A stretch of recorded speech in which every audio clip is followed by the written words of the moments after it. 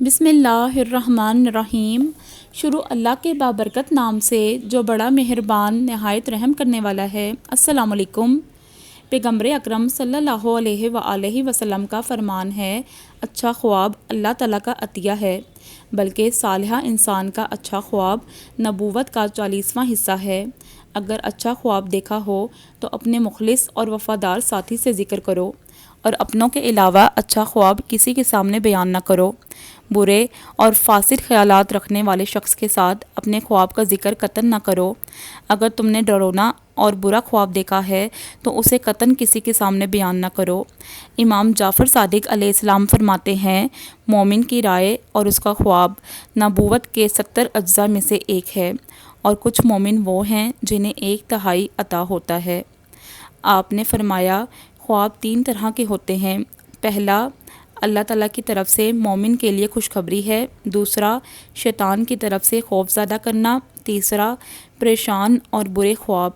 رات کی 2/3 گزر جانے کے بعد ملائکہ آسمان سے نازل ہو رہے ہوتے ہیں۔ یہ سحر سے پہلے ہوتا ہے، اس دوران دیکھے ہوئے خواب سچے ہوتے ہیں۔ امام محمد باقر علیہ السلام خواب کے بارے میں فرماتے ہیں، جب انسان سوتا ہے تو اس کی روح آسمان کی طرف نکل جاتی ہے، پھر روح جو کچھ آسمان میں دیکھتی ہے وہ حق ہوتا ہے، اور جو کچھ روح آسمان کی بجائے فضا میں دیکھتی ہے وہ برے خواب ہوتے ہیں۔ امام علی رضا علیہ السلام فرماتے ہیں، ہمارے محب دوست اور مومن کا برا اور ڈرونا خواب اس کے گناہوں کا کفارہ ہوتا ہے۔ سونے سے پہلے تسبیح زہرا پڑھ لیا کریں۔ آپ نے فرمایا، محمد و آل محمد کے قاتلوں، دشمنوں پر لعنت کر کے سونے سے ڈرونے اور برے خواب نہیں آتے۔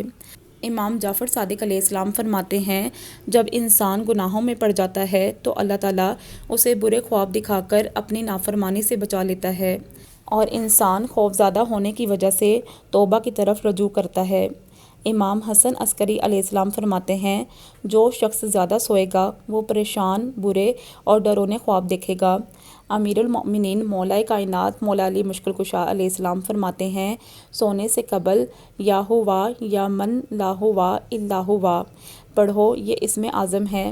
ساتھ میں فرمایا، جو شخص سونے سے پہلے 100 مرتبہ استغفر اللہ ربی واتوب الیہ پڑھے تو وہ برا خواب نہ دیکھے گا۔ جو شخص باوضو سوئے برا خواب نہ دیکھے گا۔ اگر کوئی برا خواب دیکھے تو نیند سے اٹھنے کے بعد فوراً سجدے میں چلا جائے اور سجدے میں اللہ تعالیٰ کی حمد و ثنا کرے، پھر محمد و آل محمد پر صلوات بھیجے اور اللہ تعالیٰ سے برے خواب کے اثرات کے رد کرنے کی دعا مانگے۔ اللہ تعالیٰ غفور الرحیم ہے، وہ رحم کرتا ہے۔ اللہم صلی علی محمد و آل محمد وعجل فرجہم۔ امید کرتی ہوں آپ کو ویڈیو پسند آئی ہوگی، تو ویڈیو کو لائک کر دیں، چینل کو سبسکرائب کر دیں اور بیل آئیکن پر کلک کر دیں تاکہ میری ہر آنے والی نیو انفارمیٹیو ویڈیو سب سے پہلے آپ تک پہنچ سکے۔ جزاک اللہ۔